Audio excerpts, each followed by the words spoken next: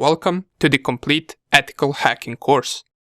In this course, we will be covering everything you need to know as an ethical hacker, from theory to the practical examples.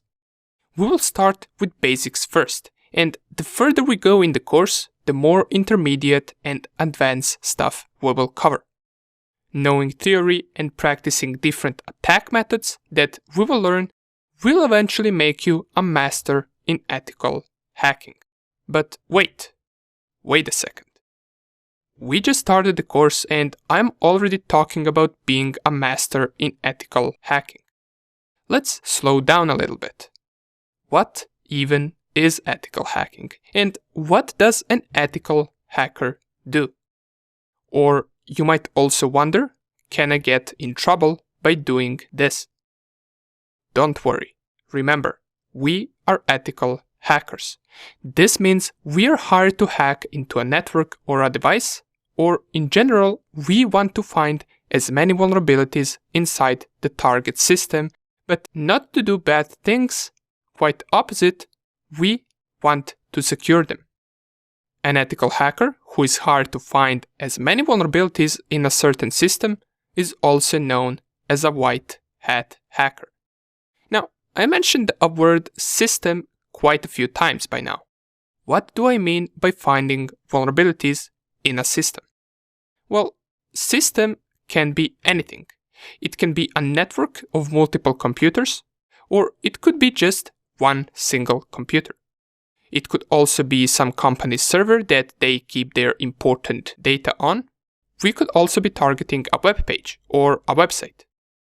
A vulnerability, on the other hand, is anything that could allow someone to have an unauthorized access to that system.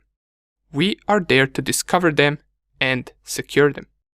But why are we doing this? Well, as you know, there are the bad guys, or also known as black hat hackers. Their goal is also to find vulnerabilities in a system, but not to secure them. Instead, they want to perform malicious activity once they gain access to that system. That is the difference between a white hat hacker and a black hat hacker.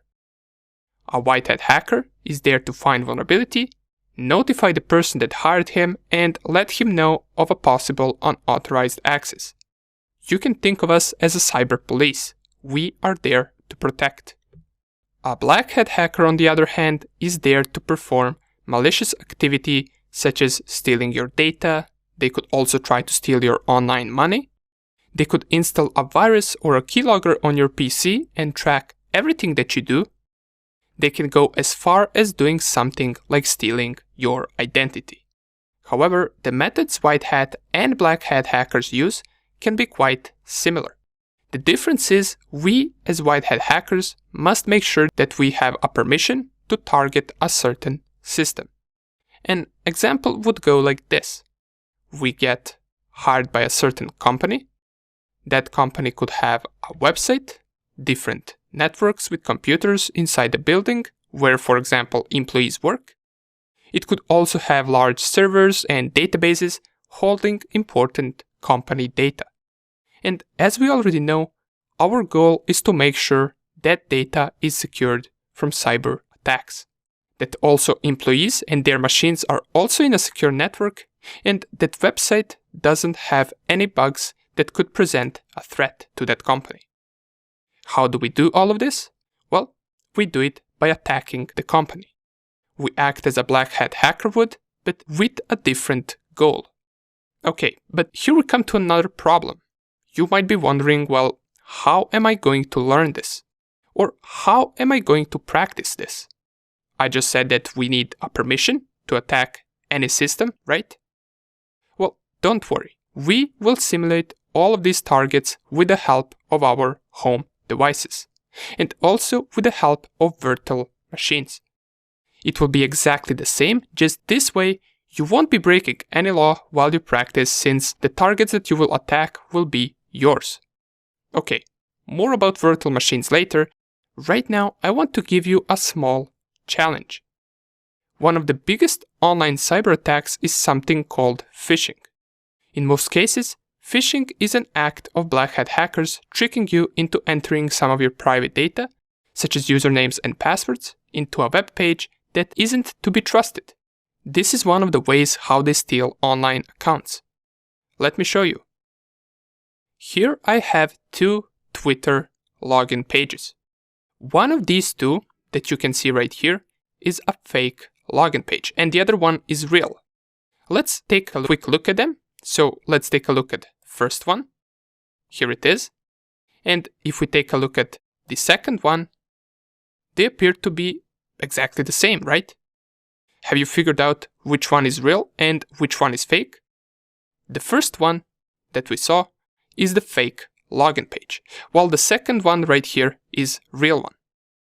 Let's mention some of the obvious reasons why this page right here that you're looking at is a fake login page that can be used to steal your account. Even though they are identical at first glance, if we take a closer look, we can see it doesn't really have twitter.com as the website name. Instead, we have some random IP address in our search tab, and this is the biggest indication that this page is indeed a fake page and that you shouldn't enter any private information here. The original page should be twitter.com. Another thing we can notice is that next to the website name, on a real page, we have this green lock right here. And this green lock indicates that this is an HTTPS page, or in other words, it is secured, as it says right here, secure connection.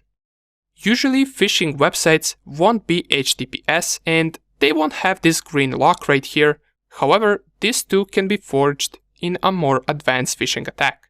And just to compare, our fake login page doesn't have this green lock. If we click right here, it says connection is not secure.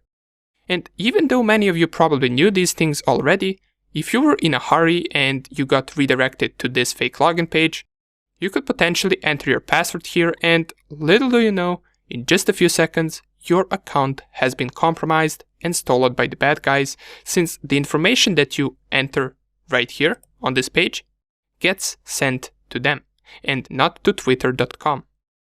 But don't worry if you aren't familiar with these type of attacks. Throughout the course, we will learn not only how to secure ourselves from these attacks and how these attacks work, but also we will learn how to perform the attacks themselves.